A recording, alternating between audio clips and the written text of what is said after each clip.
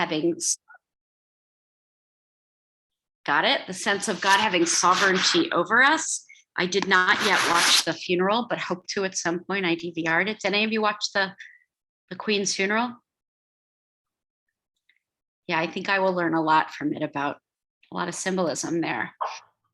And then last Thursday, we tried to do a spiritual exercise, which is really about saying the holy days, and Elul is about opening up our hearts to trying to be better and do better.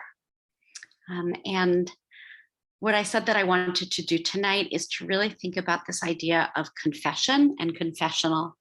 So before we begin our study together, I want to invite you to say the words La'asok b'divrei Torah with the bracha format. Thank you, God, for allowing us to be together, to study Torah together with each other. Baruch, so join with me. Baruch atah Adonai, Eloheinu melech haolam, asher kitshanu b'mitzvotav v'tzivanu la'asok b'divrei Torah. Thank you, God, for commanding us and allowing us to be busy with Torah. So I want to, before we jump in to studying the text of the confessional, give really some historical background. And even before that, what I'd like to do, and I know for some people, touchy-feely is good, and for others, you say, ich, don't like it. So what I would love for you to do is to say your name and what comes to mind when you think of the idea of confession or confessional, or the Hebrew word vidui. Vidui. So I am going to begin, and I'm going to say that my Hebrew name is Tova Liba, and I think about death because I think about the number of people that want a rabbi to come and to do vidui with their loved ones as they are ill. Vidui, confession. So who's going? And you can say just your name, but I'd love for you to say something about what this idea of confession has meant to you, does mean to you. Because we're learning from each other. So go, Vicky, you want to go? Yes, my Hebrew name is Sarah, and I think of confession as the Shema. We are confessing that Adonai and the universe and all of us are linked, and we're one. That is so interesting. I have not heard that, and I am now going to have to think about that a lot. I will be meditating on that. Thank you. Who's going next? Just jump on in. I'll say, hi, my name is Brad. My Hebrew name is Yaakov Yona. I guess when you say in English, I guess pops in my brain is one thing. But if you say in Hebrew, it's another. But I guess in a way, the biggest thing that comes to mind, especially this time of year, is the idea that you have to bring things out to yourself and to God. Like, in other words, things that you might have been fermenting or deep down, but you actually, until they're actually recognized, even by yourself, they're not truly, they haven't been reconciled or done. Now, some people say you have to say it out loud to someone else. That's a different story. I'm not sure. Does that make sense? Yeah, thank you. And what you said, when you hear it in English, it means something different. Well, then I think about like a church with a priest and how many Hail Marys and things like that. Yeah, I wanted that to come out. I wanted us to sort of put out there that that's what many Jews think about. Okay, thanks. Well, my words were borrowed by Brad. I've spent 15 years working in a Catholic parish, and I see confession very much in the sense of stating, acknowledging your sin. And there's a priest intermediary, but the priest often really tries to be translucent. The ones I know try to be translucent. So the message there is really only a directing, and then that's the beginning of repentance, always acknowledgement. Thank you. Anyone on the same screen want to go? Linda, you want to? Yeah, well, I also had the Catholic reference, but I also think of, in English, I think of duress or torture. It's not a pleasant association. Yeah, I hadn't thought of that. Right. Thank you. I'll go. Mike Okay, and then Debbie Brett. Mike, go. okay. I feel that it's admitting that you've done whatever it was wrong to the person that you've done it to, and vow that you will never do it again. Then make plans together how you can improve yourself so that you won't. Let's keep going. Debbie Brett. Oh, you're Again. I always think about the Al Chait prayer, and that there's so many things listed there, some of which I find personally relevant, but much of it is not personally relevant.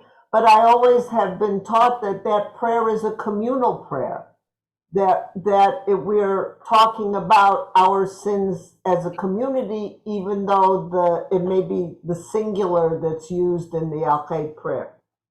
okay. Thank you. Jump on in, everyone. Just jump on in. So I'm Mickey, or I think my Hebrew name's Miriam. I've kind of changed it because I had a Yiddish name. But when I think of confession, I think of reflection. You know, it's just, for me, it's just a good time to really think about myself and, you know, what I've done, good or bad. Thank you. I'm taking notes on the stuff you're saying. So yeah, someone. I'm Janet. Sorazusa is my Hebrew name.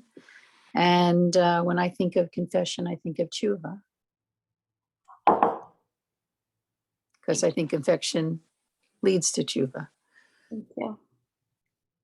I'm Suzanne, and I'll continue the Yiddish names. I'm Shana Chana, and I'm very confused by this because confession to me is like something that I don't want people to know, anybody, or admit to, and yet I want to face the things that are coming up that I need to change. So it's a very confusing bit.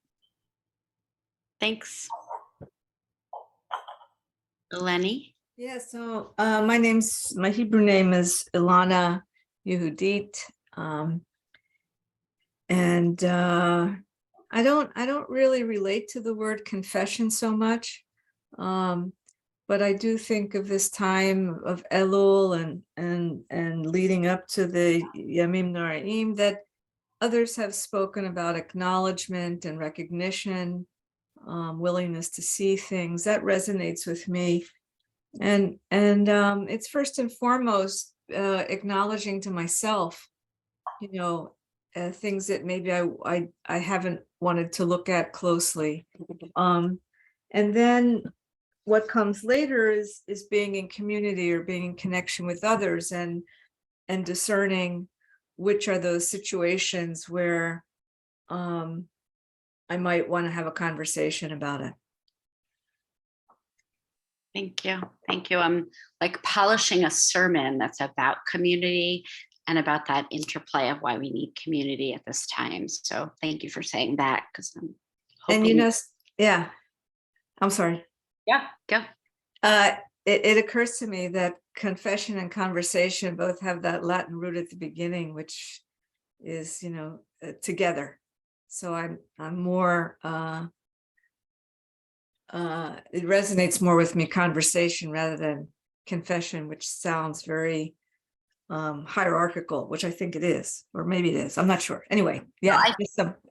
Well, and the confession, that the conversation that we're having is either with ourselves or with God or both. Yeah. So someone else go. You can just say your name if you'd like, Michelle, and then Shruti. Okay, my Yiddish name is Michlarico, and I was thinking that, you know, reading the Al Chaitz, I mean, I feel somewhat similar to what other people have said, but really, that's just, it's kind of saying the words and thinking about it, whereas confession should lead to, should really be part of action. And, once you're there on Yom Kippur, you can do it kind of afterwards, but you feel like it's too late, like that you've needed to take action. And that's the absolute hardest part, I think. Yeah, certainly. Okay, who's going? I'm Shruti. My Hebrew name is Shira Ruth. For me, I guess confessional, there's the notion of like being honest about like the actions I've the choice of things I've done, and admitting it to myself first, and also maybe admitting it to people around me.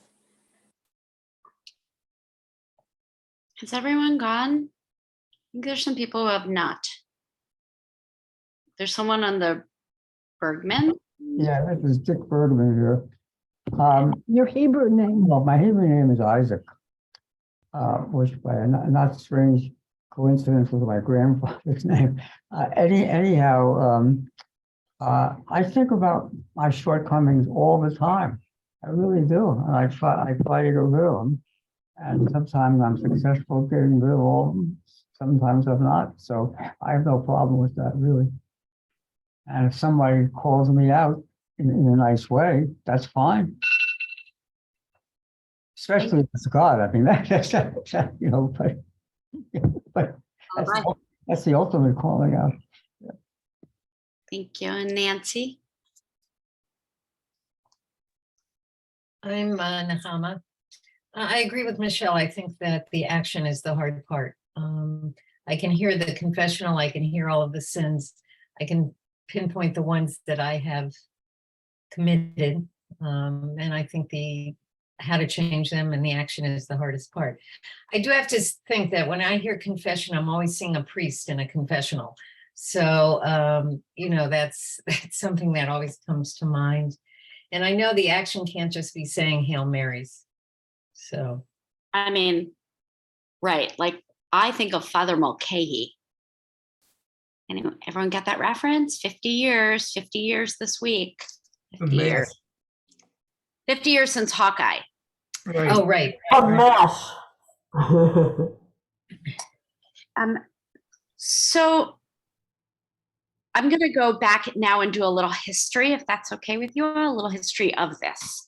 And I'm reading from my notes because I have some of this memorized, but not all of it. So the very first confession, but I do actually want to go back and say to Linda Oppenheim, I think that the vision of a like confession that you get in a legal proceeding is what the rabbis were going for. I think that we moderns see it much more as the cheshbon hanefesh, and we're doing reflection.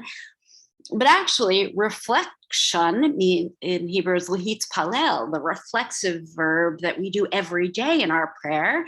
But that the connection of the word Yom Hadin, this is Judgment Day, really Rosh Hashanah, its other's name is Yom Hadin, Judgment Day, lends itself to the courtroom. And there's all these great,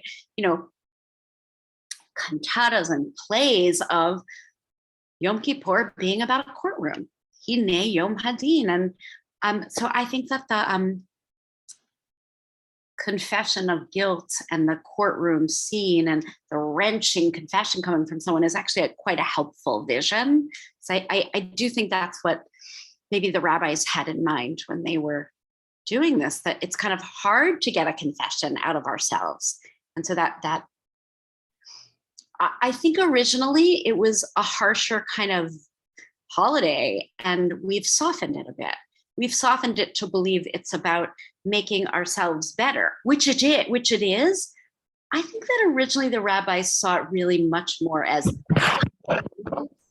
and we need you to confess. So I think both metaphors are present and helpful. Could you repeat that? There was some noise and it obscured your words. I think that both understandings are part of how Jews understand Yom Hadin, which is Rosh Hashanah, and Yom Kippur, in that a lot of the literature around the high holidays is about God being judge. And there's a holy courtroom. I mean, when you think of Yom Kippur, it is a court proceeding. At the very beginning, Kol Nidre in and of itself, right? When does Kol Nidre, anyone know, when does Kol Nidre have to be said? The legal formulation. All vows that I have said from last year to this year should be annulled, and all vows that I will make next year should be annulled. When does that get said? Yeah, Debbie. Before the service begins, the Maariv service. Right, before sundown, before actually Yom Kippur. Why? Because we are considered that we are making up an actual court, a Beit Din. So when you see two Torahs on the bima, they are not merely ceremonial. They are the ritual of making up an actual Beit Din. Each of those Torah scrolls are part of a Beit Din. And when you have a Beit Din, I mean, it's hard for us to think about what a Beit Din is, but it's a court. It is actually a rabbinic court. And what we're supposed to have in our heads is this image of a heavenly court, and not a court of like a king or a queen, but a courtroom. So I do think that we have different layers of imagery of Yom Kippur. We have an earlier image of this is really Judgment Day, and this is who shall live and who shall die. I don't think any of us see it in that way now. We see all of that language as metaphor.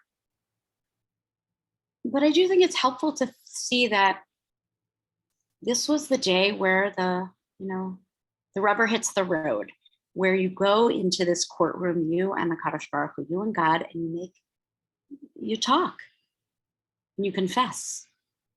And either it's like a confession that's hard won, or it's a confession coming out of lots of personal reflection.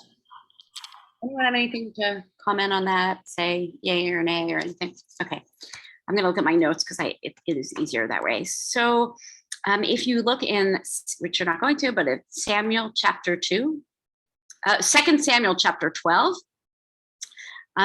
King David, one of our very first, admits his guilt and confesses to the prophet Nathan, the prophet Natan, and says, I have sinned against God. I have sinned against God. He says it like that. And then Nathan responds, God puts your sin aside and you shall not die. And there's this equating of, oh, you're admitting to your sin, and so you shall not die. So there are lots of, that's our earliest sort of idea of having a biblical hearer say, I've sinned. And that's what this is, I have sinned. So there are lots of different understandings of the word sin. I think that one that most of you know or may know from the word chet, where the connotation is as if you are playing archery, it's missing the mark, not quite getting it right.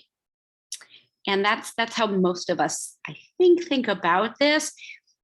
And I often laugh because I feel like missing the mark makes sense if the sin is not treating someone well. But if the sin is like murder, that might be raised to a little higher than just missing the mark. For most of us, our sins are not that. And we're going to see the sins in the Al-Khair are not those sins. And the sins in the Al-Khair are also not breaking Shabbat or Kashrut. So how many times do we say the long confessional during the Yom Kippur service? Anyone want to take a guess?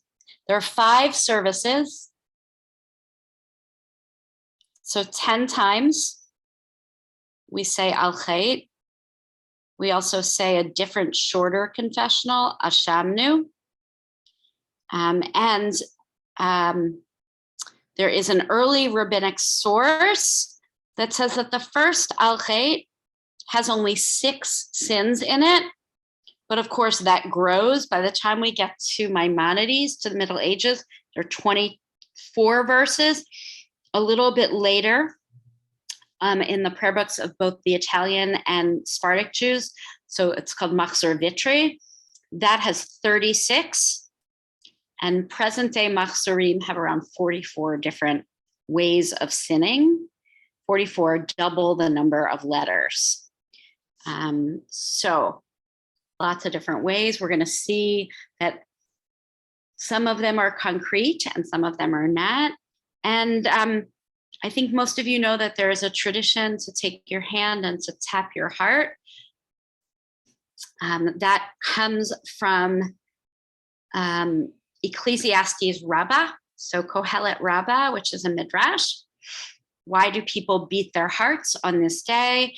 And the response is because the heart is the seat and source of sin, meaning it's not the mind, but it's really our heart going astray. And actually, something that was said earlier, confession in Judaism, right, is directed to God, but not to God first. Who gets confessed to first? The person who sinned against. Yeah. The person who we sin against, and then God. And we consider those sins to be, even if a sin is against, even if I say something nasty about Nancy, so that's a sin. I know I wouldn't. That's a sin against Nancy and a sin against God. It's considered that I am breaking a mitzvah, a commandment, ben adam l'chaveira, between two friends, and also ben adam l'makom, between me and God. We also have in the book of Mishlei and Proverbs, the verse, one who confesses and forsakes one's sin will obtain mercy. Is that true? I don't know. Maybe it's we need to forgive ourselves. I have long thought, and you'll hear this in a Yom Kippur sermon some year, but not this year, that Yom Kippur, for some of us, it's about confronting our sins so that we can go and apologize to other people. And for other personality types, Yom Kippur is so we can confront our misdeeds during the year and forgive ourselves and let it go. So you can think about when you may have wronged someone and that you said you're sorry, but that it stays with you. They've forgotten about it, but you are still holding it. Yom Kippur may also be for that. It's not technically seen as that, but maybe it could be. Or maybe one of the ways it can be helpful. So what I'd like to do now, before I ask you a series of questions about them, is to go right to the text itself. So Suzanne is going to put the text in the chat, and that way each person can open it themselves so that we can see each other. Kind of what we decided we might do. Is that all right with y'all?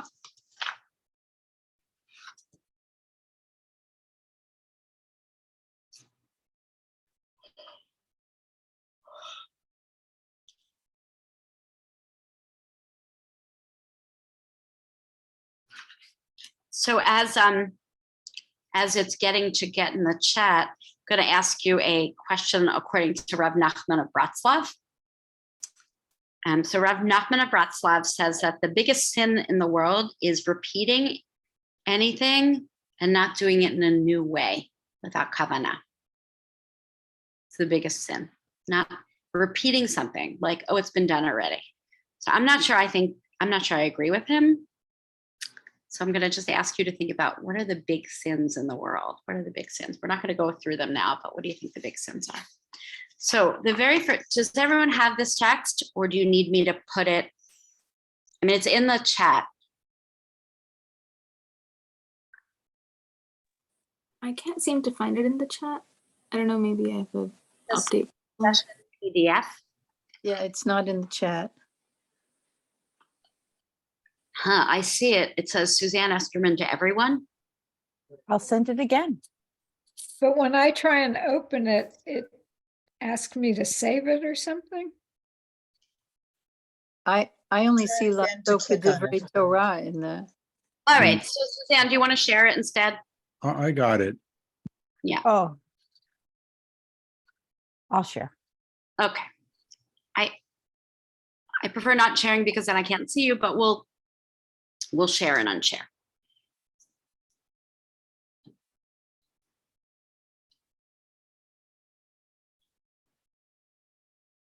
Okay, so it is sometimes hard to not see this as a song.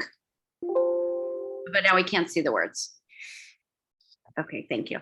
We sometimes find it hard, I think, to see this not as Shanu Baganu Gazalnu Tibarnu Dofi, which is why I think it's often good to sit with the words and see what they do for us.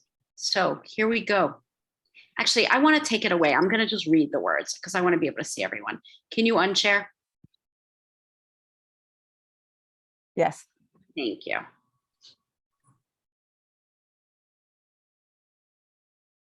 So again, this is a communal short confession, and we all say them, even if we are not all guilty of them. So tell me, what is it we abuse?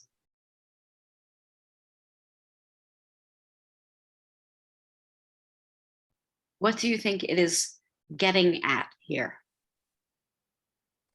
Misusing other people in any way. Okay, it could be misusing other people. There's not going to be a definitive answer because there isn't one on this. I think, though, it is important for us to think about as we're saying these words in about a week and a half. What are we saying? So, Ashamnu, we are guilty. We abuse other people. What else? What else might we abuse? Maybe it's not just people. I mean, we can think about other living creatures or even other non-living creatures nowadays. Yeah, we abuse the earth. I mean, if we can't. Abuse everything. We abuse life itself. We waste time. We abuse anything we touch, humans. Not all the time, every single one of us, but in the aggregate. I know. So sometimes, Eleni, I feel like on Yom Kippur, where there's so much liturgy, and I would love to just do this, to just be able to say, Ashamnu.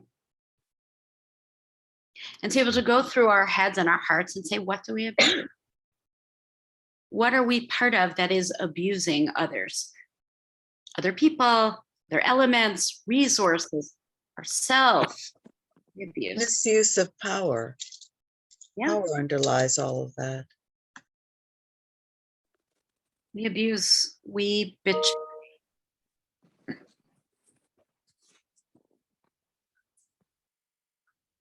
I don't want to give our examples of we betray.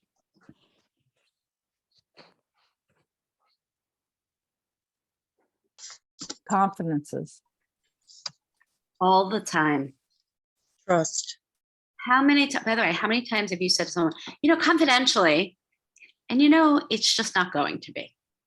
I think we all know people in our lives who, if you want information out in the world, you tell them. So we betray others. How else do we betray? Yeah, Mike, you're muted.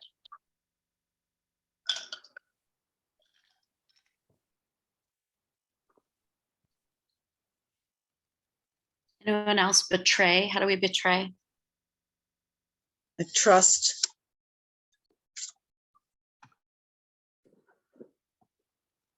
We are cruel. Mike, we'd love to hear you. You have to unmute.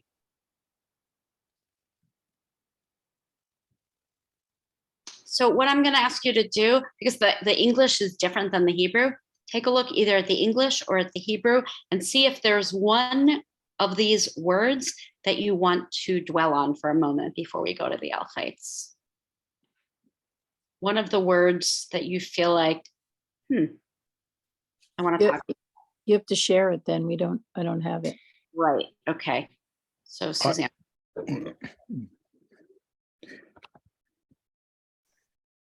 There's in English where it says we are unkind. Unkind might appear to be a kind of low-key word. It doesn't have the drama so many of the other words. But it really speaks to me, because kindness is recognizing that we're connected, that we are all of the same kind. And so all of these sins could all be seen as lack of kindness, but in deep and horrific, all the deeply horrible ways of not seeing the other as the same kind as oneself. That is beautiful. That whole sense of othering allows so many of these sins to happen, that when we see someone as not our kind, we are able, and they are othered. It's beautiful. Anyone else want to talk about one that jumps out? We embitter, because you don't usually think of that as a verb. It's somebody might be a bitter person, but embitter is just not thought of as something that you actively do. That you can be embittered, or you can make somebody feel bitter about something, but it's a complicated idea to say we embitter. That means we have to deliberately make people feel angry, upset, hurt, all of the other things. What if we also embitter ourselves? I see that. You know, I agree with you that it is also about the other, but on this one, I really feel that it could be about the self, how we bring bitterness into the world. And, you know, in the Hasidic tradition, there's an idea that we should create happiness and not bitterness. The one that for me is the gossip and mock. Lashon hara. Gossip, right? Jeer and mock. Kilo, that I'm not sure what is the reason for us to be gossiping or mocking. And what do all of these have in common?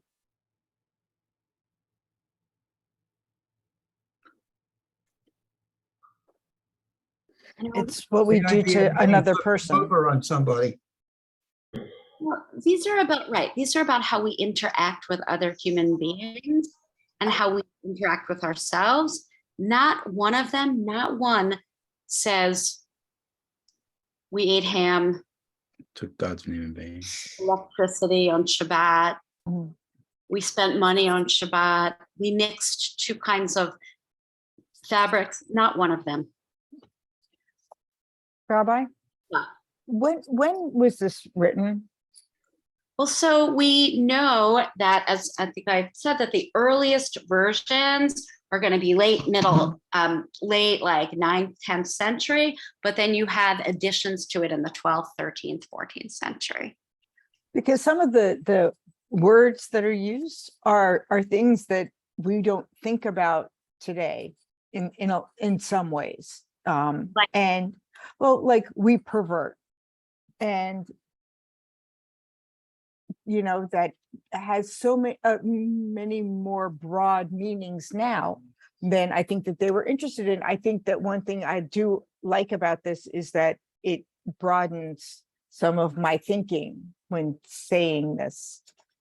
Well, when I think of pervert, I think of justice. Right. Or just contort meaning in something, you know. I mean, so I like the fact that these are some of these are things that we don't think about typically, and it just opens my mind to thinking about different ways that I can improve. So I will tell you my favorite of these, meaning the one that gives me the most cause for pain, is Ya'atznu Ra. Now I'm going back into the Hebrew. The Hebrew is a little bit different. Ya'atznu we gave bad counsel. Told someone what to do and it wasn't the right thing. And that feels like very painful and something that each of us would want to be forgiven for. That isn't accurate. I think if you knew that it was the wrong thing, then it would be. But if you did it with a good heart, then it's not a sin. Well, not according to Judaism. What rabbinic Judaism would say is there are sins, and we'll even say it, biyodim uvelo yodim, sins that we know about and sins that we do without even knowing about. Okay, I see it. And for that one, that's where I think many of us can get into trouble. In these times, actually, we falsify jumps out at me. I guess I never thought it as big a sin as I do now. Oh, I think we falsify and we pervert, and not in the last year and a half, but the last 4 years before that, the political milieu in this country that made it so that truth was questioned and science were questioned all the time. Yeah, we falsify and we pervert. We allow that to happen. Felt very difficult.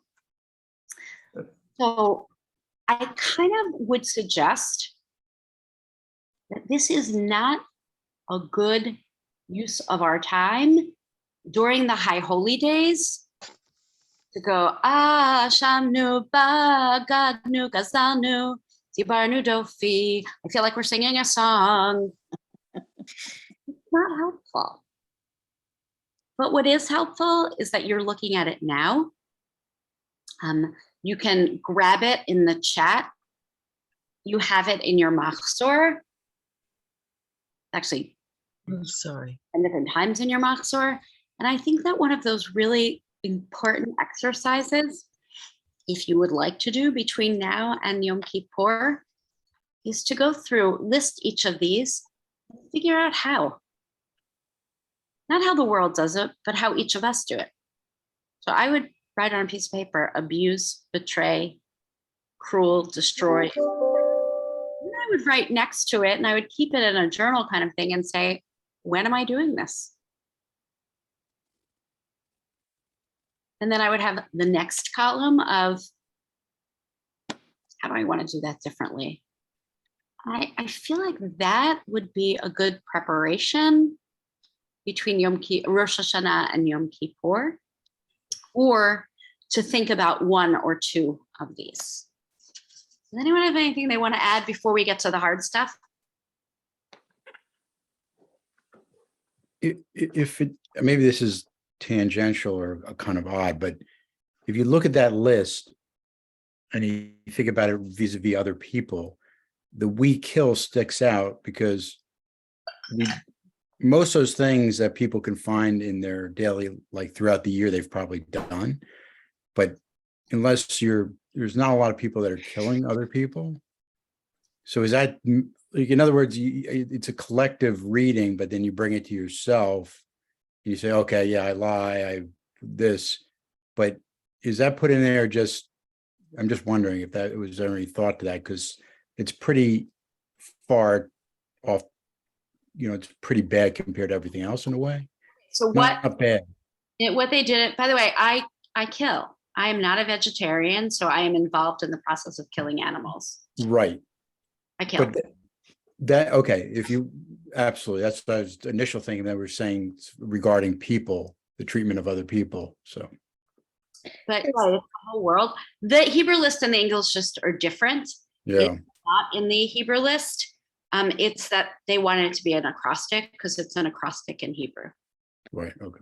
Is that the only 10 commandment that's in there? Let's see. No, not to lie.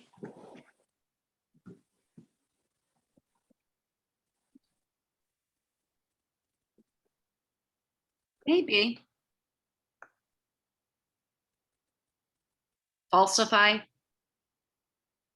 That would be. It was stealing. Yeah, Right. So that list is different than the Hebrew. but we're working with the English. I think it's easier. My favorite one in the Hebrew is kishinu oref, which means we have been stiff-necked. All right, I want to go now to the Al-Chet, the longer confession. And maybe you can put it up. That's great. Rabbi, could you translate the Hebrew though in the Yashanu for us? Yeah, I can. I'd rather use that. If we could, I could do that for you another time. Yeah, I don't mean necessarily now. I'd like to know what the Hebrew actually. Ashamnu, we are guilty. Bagadnu, we have betrayed. Gazalnu, we have stolen. Dibarnu dofi, we have spoken things that are of non-consequence. He'evinu, we've made other people sin. V'hirshanu, we've brought sin upon others. We've told lies. So it's similar. But I would love to, okay. I'll write it out for you. Thank you. Can go to the longer confession, the Al-Chet. So this is the one that we all go through pretty quickly. And this is the one that we say that it's all in the plural and we touch our hearts. And I think that this first one is the one that I think Mike was alluding to. The very first Al-Chet we say, Al-Chet shechatanu, for the sin shechatanu, that we have sinned, not that I have sinned, right? We're doing this all in the communal.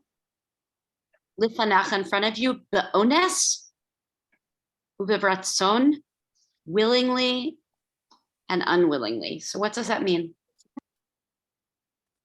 So Suzanne, undo it for a sec. Commission, omission. To the point you were making earlier. Yes, this is really the first Al-Chet is holding us accountable for things we do that hurt others, that hurt the world, even when it was not our intent. One thing that we didn't say is the sin of being selfish. We don't realize that we don't inherit the earth from our ancestors. We borrow it from our children.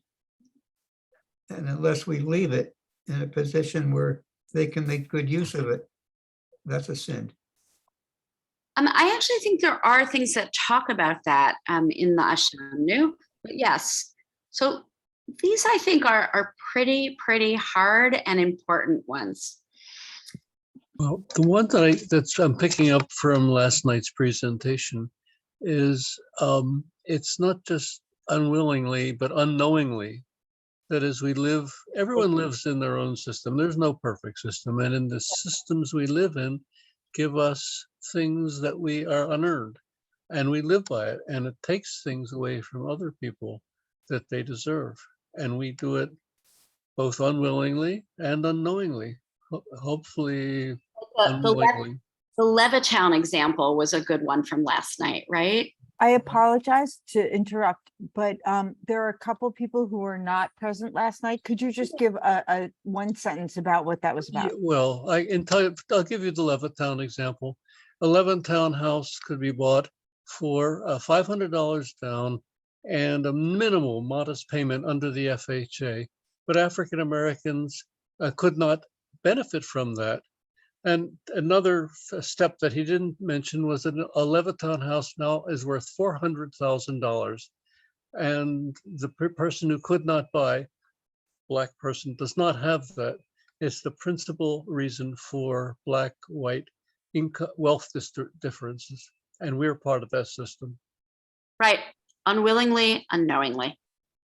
Okay, let's go to the second one. And what I'd love to ask you, what I'm gonna do is read it. And then I'd like us to, each of us, myself included, are going to find an example in our hearts, and we don't have to share, but to find really an example.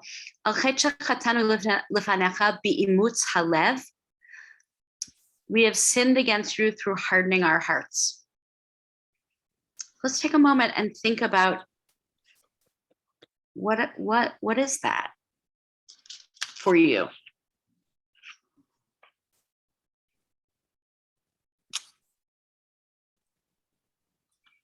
If somebody has a problem and they come to us that they feel we can help them, we turn them away. That's not, Right. So what I'm trying to think of right now is from last year to this year, I want to go through the exercise of when I've done that. Because that would be really the work of Elul. When have I, and that's actually the work of Elul, is to sit with this list and figure it out and go back to those people. I don't think any of us can really do that, all of it, but maybe just start to try. Okay, so take that, maybe take a note, write a note to yourself. Who was the person that you harden your heart against? By the way, it could be you. You may have not done self-care. Could be anybody, not listening carefully enough when someone is trying to tell you something. Yes. Something important. And what I guess I'm asking each of us to do is to not think of this generality, but to personalize, to make this the work of Elul. Okay, so I really love the next one because I think it's all of us, and I think it's me. It said we've sinned against you thoughtlessly, but I think what it's really getting at is we've sinned against you without even realizing.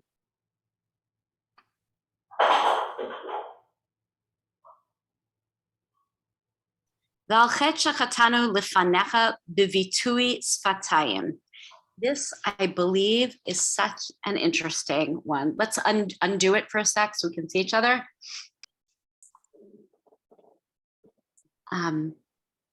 So we have sinned against you through idle chatter. Guilty? Anyone else? Because I think in American modern culture, we don't think idle. I mean, we actually even have a Yiddish word for it that we use all the time, right? What is it? Kibbutz. Schmoozing? Kibbutz. Kibbutz. Kibbutz or schmooze. But for the rabbinic mind, that is a waste. Doesn't seem like a sin. Well, right, but it is. Right? Why do you think the rabbis thought of this as a sin? Well, for them, you should be studying Torah all day long. Yeah, that's what I was. If you're a man, you're studying Torah all day long. Okay, and also, yes, because what is idle chatter leads to other stuff. Idle chatter leads to gossip. Idle chatter leads to, oh, did you see what she was wearing? Idle chatter leads to, oh, look how fat he is. Like things that are just not nice. I don't know. I see it in the context of where you in the past frequently Shabbats are reminding folks that this is a prayer space and not time for chatting. I don't see it necessarily in the other way. I think of it as very specific. You know, this is not the place to do this or the time, and that's idle, as opposed to saying, you know, making conversation that goes elsewhere that doesn't necessarily go to anything negative. So what Suzanne is talking about is my losing proposition, which is that but maybe you can help me with it. I feel like you have the in shul, the outside, the social hall, the lobby, the youth club, the bathrooms, the Beit Midrash, like every other room in the building to talk and chat, but not the sanctuary. The sanctuary should be its name, a sanctuary from gossip, from noise, from conversation. And even if it's like, oh, you know that Jewish joke, which will probably Cohen comes to shul to talk to God, Berger comes to shul to talk to Cohen. Okay, I feel like talk to Cohen in the lobby so as not to disturb those who want a sanctuary from talk and a real space for prayer. I think I will lose that battle, but I'm going to try to create a more reflective space. I don't know. I think that the rabbis meant, maybe they meant that. Certainly they would say, don't, there's all these writings about do not speak during davening. You know, don't talk during davening is really a pretty well-known thing. I think this is something different. Idle chatter. What do you think it is?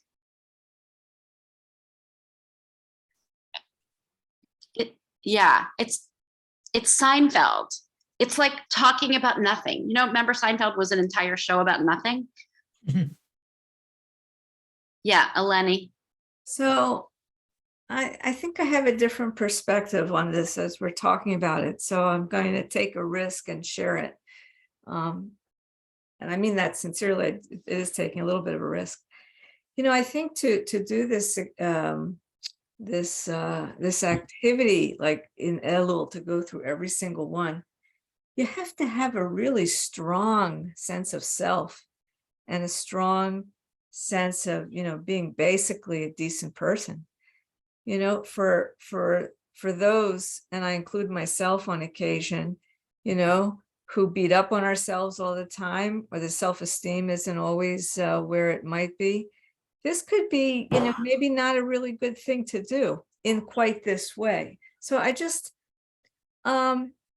balancing it out, you know, as a lifelong engager in this. I'm just noticing that this year, that to take that seriously might need a little more support. And another smaller point or shorter point is along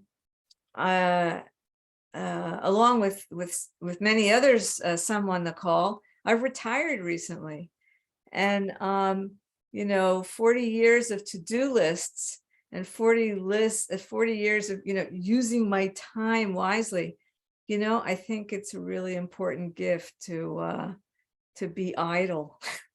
And idle is given a bad rap, and we need to let the mind go and the mind wander, maybe to get back to what Rav Kook would call, you know, the unconditioned soul, the soul that doesn't have these zillion layers. So I'm very engaged in the conversation. So just offering other things that come up.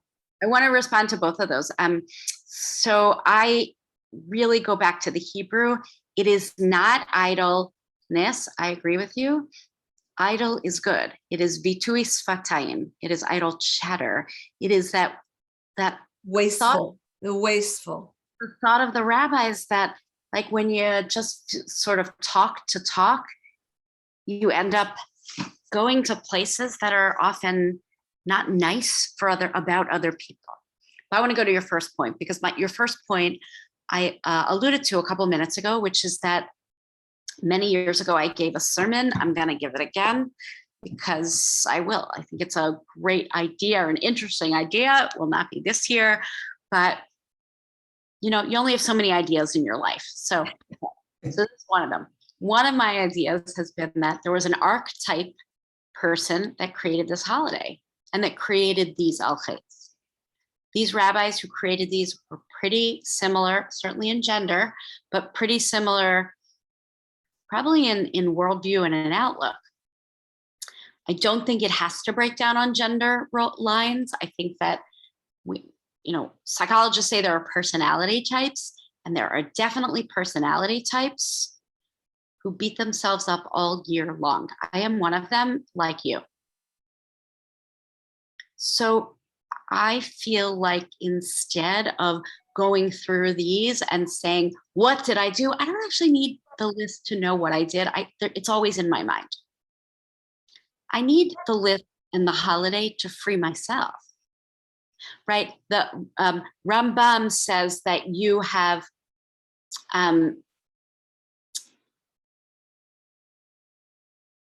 Nancy, is Nancy on here? Nancy, okay, I'll deal with it, don't worry. Rambam says that, I'm sorry, I just lost my train of thought because an email comes across my thing, that you have to apologize to someone 3 times And if they don't accept your apology on the third time, you're done, right? You tried. No, you're done. You're done.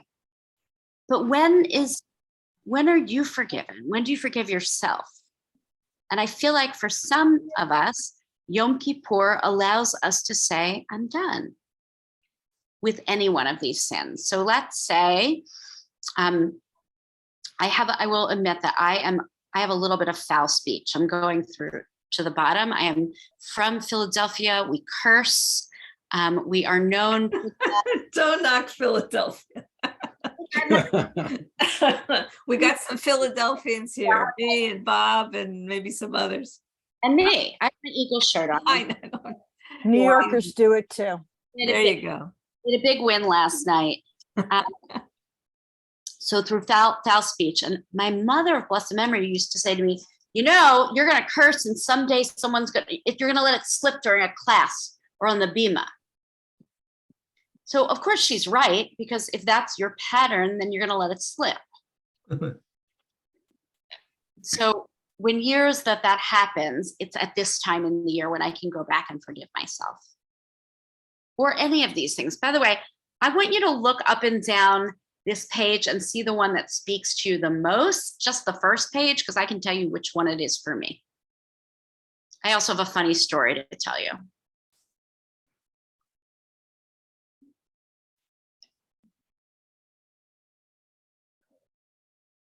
So I'm going to read them, and you can write down the ones that you want to talk about. We sin against you through idle chatter. We have sinned against you through sexual immorality. How many of you feel great about saying that one? And what are you thinking about during shul when that happens? We have sinned against you openly and in private. That's a great reminder that we're responsible for our actions even in private. We've sinned against you knowingly and deceitfully, so that's really we plan to do it. We have sinned against you in the way we talk, by defrauding others, in our innermost thoughts, through forbidden trysts. We have sinned against you through empty confession, by scorning parents and teachers, purposely and by mistake, resorting to violence, public desecration of your name, foul speech, foolish talk, pursuing the impulse to evil, denial and deceit, clever cynicism, speaking ill of others, the way we do business in our eating and our drinking, by greed, oppressive interest, through arrogance. Okay, anyone have a favorite? I have a favorite. Anyone else have a favorite? Just on this page, we have a whole other page of them because there are 44 of them.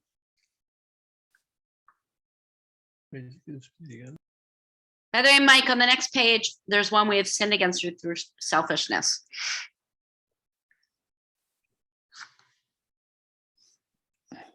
Does anyone have one of these that is like jumping out at you? Speaking ill of others. And arrogance over here. And is that because you feel like you do that or others do that to you? Speaking ill of others? Or it's hard? It's, you know, it's too easy to do. It's too easy to slip into. I'm afraid that there have been years when the holiday hasn't even quite finished, and I've already done it. So I will tell you that that's been such a challenge, that one. And for me personally, that was challenging when we had a president in the United States where I vehemently disagreed with his views and his character. Mm-hmm. It was a terrible years for that. Yes. To not want to slander him or speak ill of him. I do. But I don't think that's a sin. Who's talking? Who said that? Janet? It's Vicky. Okay, but rabbis do. Why don't you think it's a sin? I think it's true. It's evidence-based. Right. It's how we speak and the context where we speak. I think it is a missing the mark. the issue is not just one person, it's how that person deals with other people, and that's not a sin. But the direct personal insults actually is a purposeless misuse of our engagement. It is a purposeless, and it is a missing the mark. And I will tell you, I worked very hard on trying to continue to speak in a respectful way about that person, because I didn't want to be lowered to a place where I was speaking ill of others, and I failed most of the time. But I kind of knew I was failing, and I was trying to maintain that.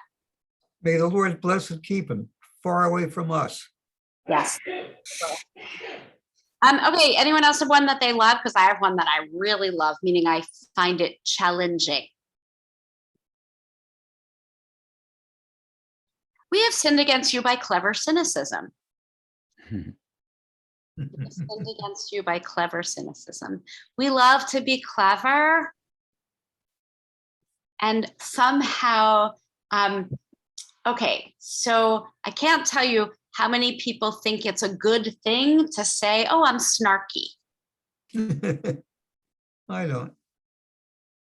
Right, but actually, Jewish tradition thinks that clever cynicism, being snarky, is actually not nice because it's putting other people down in your speech. We may think it's clever and it's fun, but it's actually a way of putting others down. Anyone else want to take a stab at one of these that seems interesting or important? Yeah, I do. Yeah. So empty promises, the intention to do something and,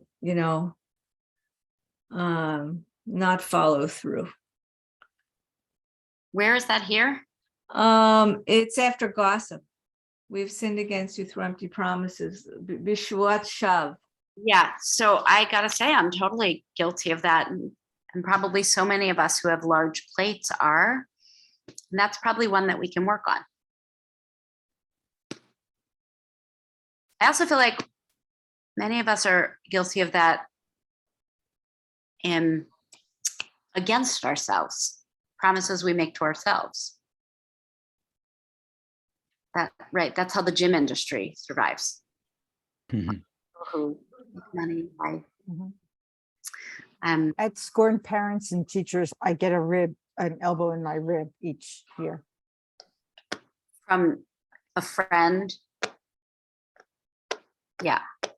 So that one speaks to me, because even though I try not to, apparently I do. So I have to atone for that tenfold. Yeah.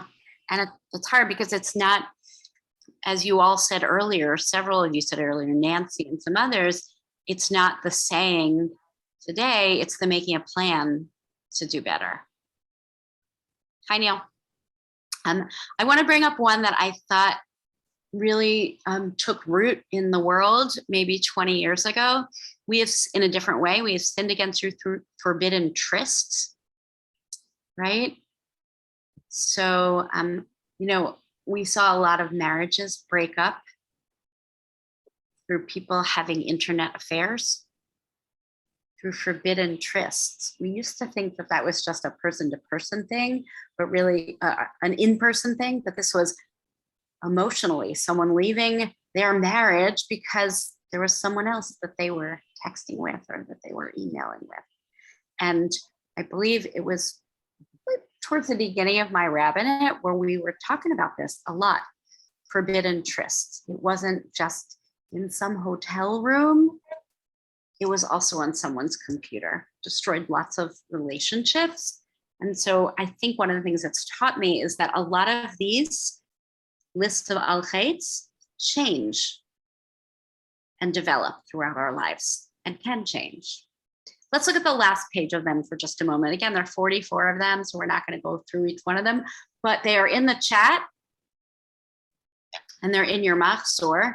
And what I encourage each of us to do is to think about between now and before Yom Kippur, your own, now during Elul, your own plan. My Elul work is, which of these am I going to try to work at? I want to give you a joke, a little bit of a joke. It is about me. So now you'll all be in on it. Okay?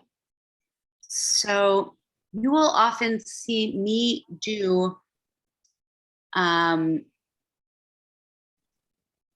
the top paragraph in Hebrew and not in English. Ve'enayim ramot va'azut metzach. Why? Because I can't pronounce the English. Because once I pronounced one of those English words incorrectly, and now every time I get to it 20 years later, I have this mental block. We have sinned against you through condensation.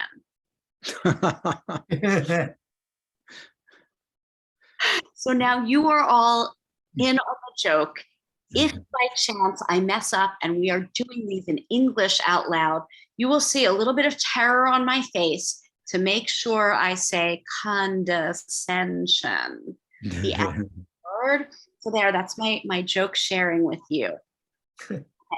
Take a moment to go through and look at these and think about ones that you find particularly difficult. And Mike, the one that you had mentioned is on here. We have sinned against you through selfishness. The one that's really tricky and is the last one about succumbing to confusion. Yeah. Yeah. Because you could come out of that in different ways. And I'm just curious if there's any, that one. So. What happens sometimes when people are confused? They walk away. Or they do something they wouldn't normally do. Yeah. Or they make assumptions about other people. But the other side of that is that if you're forced to make a decision in confusing circumstances, you'll make a bad decision. Or you'll say the wrong thing. Yes.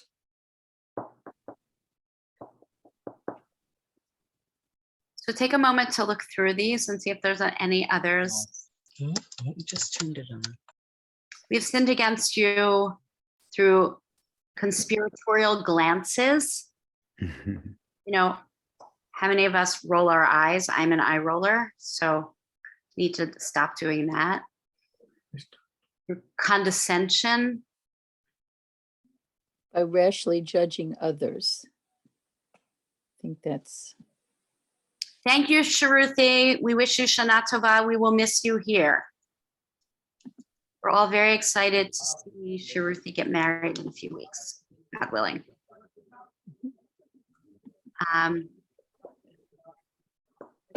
Selfish superficiality. Who said that one? I can't. Suzanne.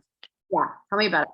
Well, sometimes you want to do shalom bayit and you're not totally feeling it, but you're feeling the intention of keeping things kind. And yet you kind of have to be superficial. It's not how you feel deep down.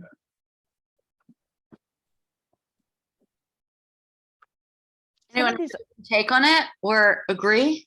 I'm sorry? Anyone agree or want to add to that? I just don't understand why that is a sin, the way I see it.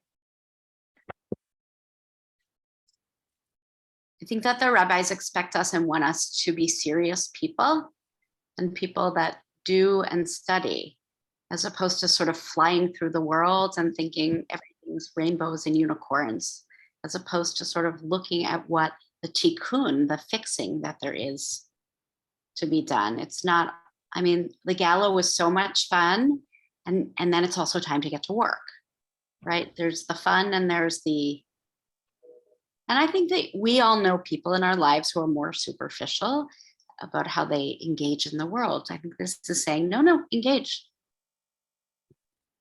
I think of superficial also, if I could add to that, as being phony. Mm-hmm. So having fun is not superficial. I mean, having fun is like, that's a good thing. Especially if you haven't had enough fun in your life. So it's good to have some fun. So superficial for me is something else. It's about not being true or real, or fake, something like that. But being lighthearted, there's always room in life for lighthearted. Absolutely, enjoy. Yeah, something like that. Yes, but fake, you're right. Not good.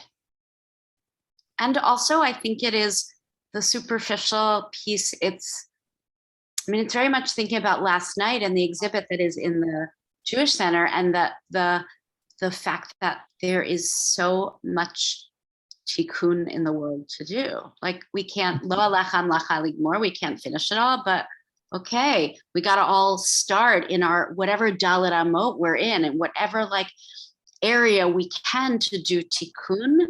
And I think maybe it's hard, Eleni, for you to get that because you are someone who works on fixing the world. Well, that's very generous of you to say, but I appreciate what you're saying, but still, I think that, yeah, okay. I agree with you. I think that, look, the rabbis want us to have fun. And we know that because a week after, or 10 days after Yom Kippur, we'll be drinking it up at Simchat Torah. So, Yeah. and I hope that people will. I got to say that last year I need more adults who love dancing, singing, and having a l'chaim to come to Simchas Torah this year. I need a little more ruach at Simchas Torah, like Purim. So come, Mike. One thing that I don't think we mentioned is and I'm not sure if it's classed as a sin or not, but the concept of seeing evil and doing nothing to stop it by being indifferent. Of course. And in fact, someone was reminding me today, Barbara Abramson was reminding me today of the Heschel quote that, in a free society, some are guilty, but all are responsible. Sure. Yeah. Some are guilty, all are responsible. I think he said that in 1972. I was looking it up with her today. There is also Elie Wiesel. The opposite of love is not hate, it's indifference. So I'm going to stop in a moment and say that I think that the work of the high holidays is different for different people. I feel like for those of us who come to something like this, it's that very small, it's the work that happens outside of shul. I learned something really important from my Abba of blessed memory. His second yahrzeit will be Thursday night. And I miss him a great deal. His name was Ed Merrow, and he was a physician. And he would come to shul he was an usher in shul, and he would come, he would want to get there 45 minutes early. I don't know why, but he would want to get to Yom Kippur services really early to be there as the first usher. And at the shul that I grew up at, there was no break on Yom Kippur. Can you imagine that? No break. Anyone else grew up in a shul like that?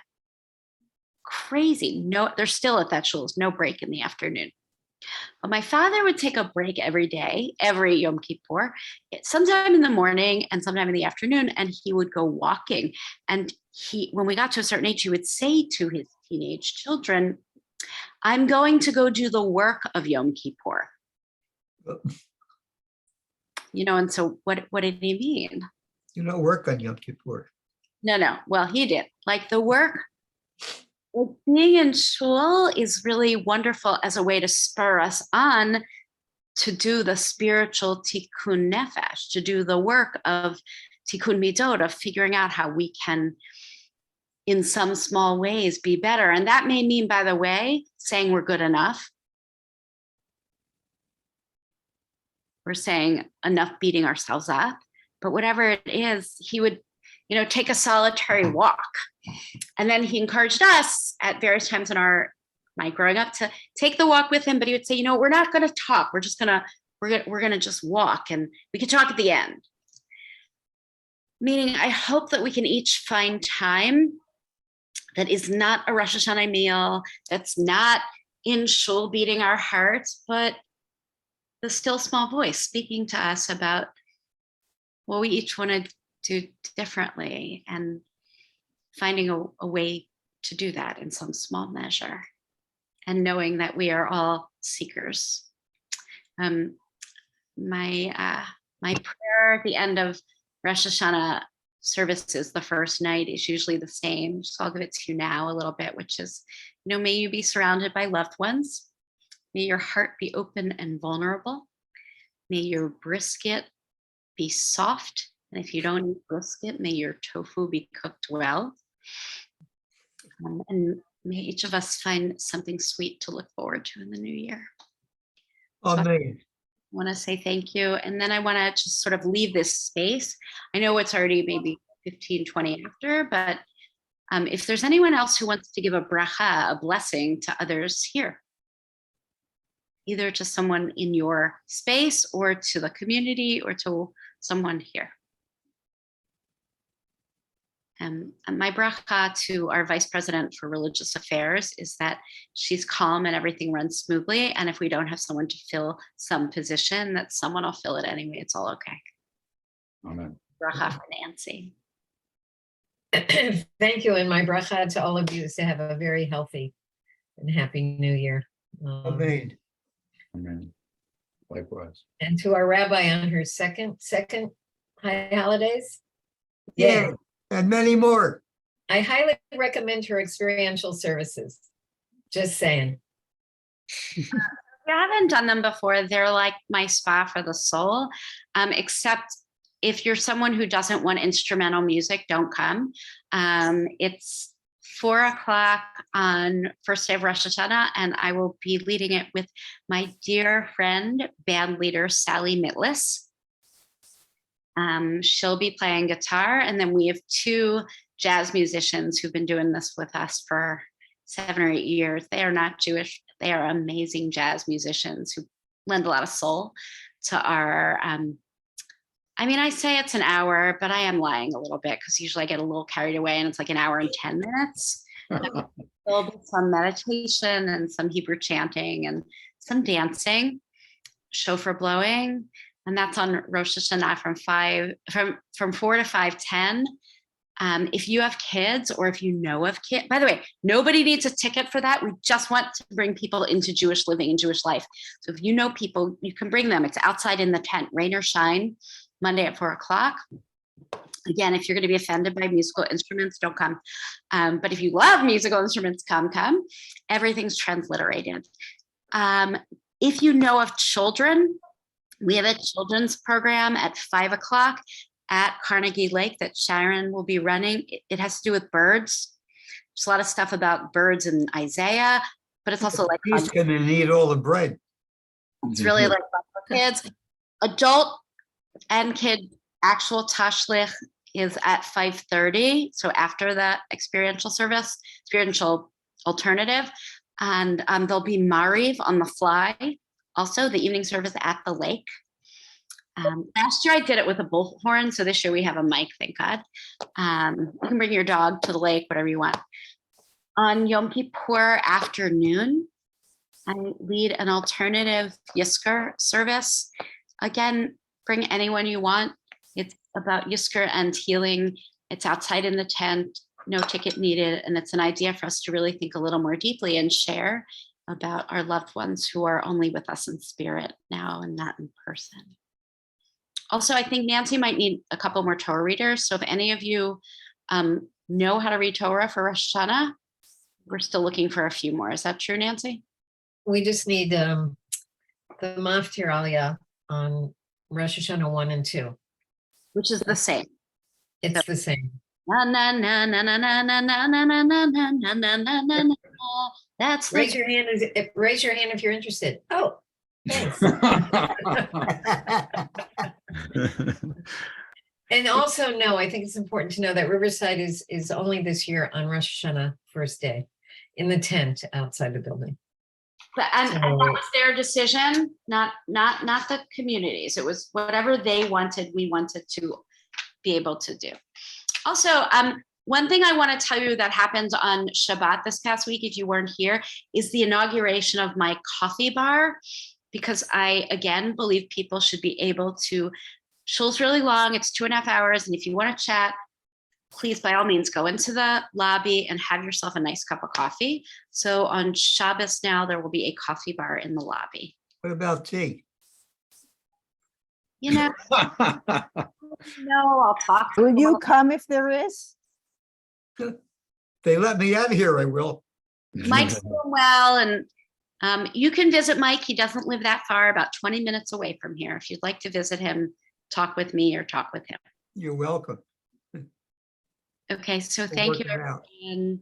Thank you. Also, Eleni, are you on Facebook?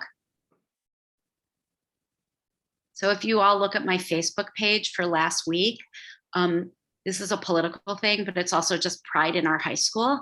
So did you all hear about the guy running for governor, Yamach Shemo, may his name be cursed, in Pennsylvania, the guy running against Josh Shapiro? So Mastriano made what we consider to be an anti-Semitic screed against Josh Shapiro, talking about the elite private school that he went to and how he lived in such a selective area, blah, blah, blah, blah, blah, which terrible. So on CNN, my classmate in high school was this guy named Jake Tapper, and Jake did 4 minutes or almost 4 minutes on CNN talking about why Akiba Hebrew Academy, L'Shavar, in the past was not an elite school. In fact, it was not. Many people on financial aid and not an elite school, blah, blah, blah. But really it was an anti-Semitic screed. However, if you want to see some really powerful speaking, go on my Facebook page a few days ago and I posted Jake Tapper's 4 minutes of beautiful response to it. So terrific. If you happen to be a graduate of the Akiba Hebrew Academy, you can raise your hand. And we're really proud of our fellow alum and my classmate, Jake. Yeah, let's hope that truth, democracy, and fairness, is in our world. Any of you live in Pennsylvania? You got a good opportunity there. Okay, I know I'm really not supposed to talk about politics, but that wasn't politics. That was really about anti-Semitism, because if you listen to it, it's really about anti-Semitism. I won't tell if you won't. Whistle. What? No, it's okay. Okay. So thank you all. Laila Tov, Folamot Paz, have pleasant dreams. A pen exploded during this class, so I have to go. You got involved with an ink pad. Talk with you all later. Wait, Bye-bye. that happened to King Charles the other day, and he said some not such nice things. He and Camilla. Early in the class. Oh, I'm teaching in the first 2 or 3. Yeah. The 6th, 9th, the 2nd, 9th, and 16th of October. I'm teaching on Sunday mornings at 10 o'clock. I'm teaching. What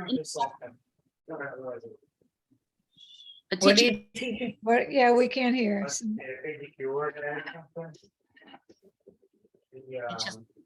Okay, if you have noise in your background. The Japanese. Anyone know who's talking? I'll mute them. Okay, so I'm teaching Sunday mornings, the first 3 weeks in October, the 2nd, 6th, 9th, and 16th. Really, a look at the Saturday morning liturgy and the Saturday morning service. I think it's good for people who know the service and who don't yet know the service. Excuse me. It's 3 weeks in a row. Then I won't be here because I got to go get Sharuthi and Brandon married. But the first 3 weeks at 10 a.m. in person at the Jewish Center outside, Shabbat on 1 foot. Okay, so I hope that many will be here, and Shana Tova, Shana Tova. And we'll try and Zoom that somehow for folks who are not able to move at all. I know, I wish we could figure out a way, but we're going to be outside, so we can figure, maybe we can do that. Peace. Thank you, everyone. Well, Thank you. bye-bye. Bye-bye. If you have to be on the street in a little bit walking your dog, I'll be walking mine.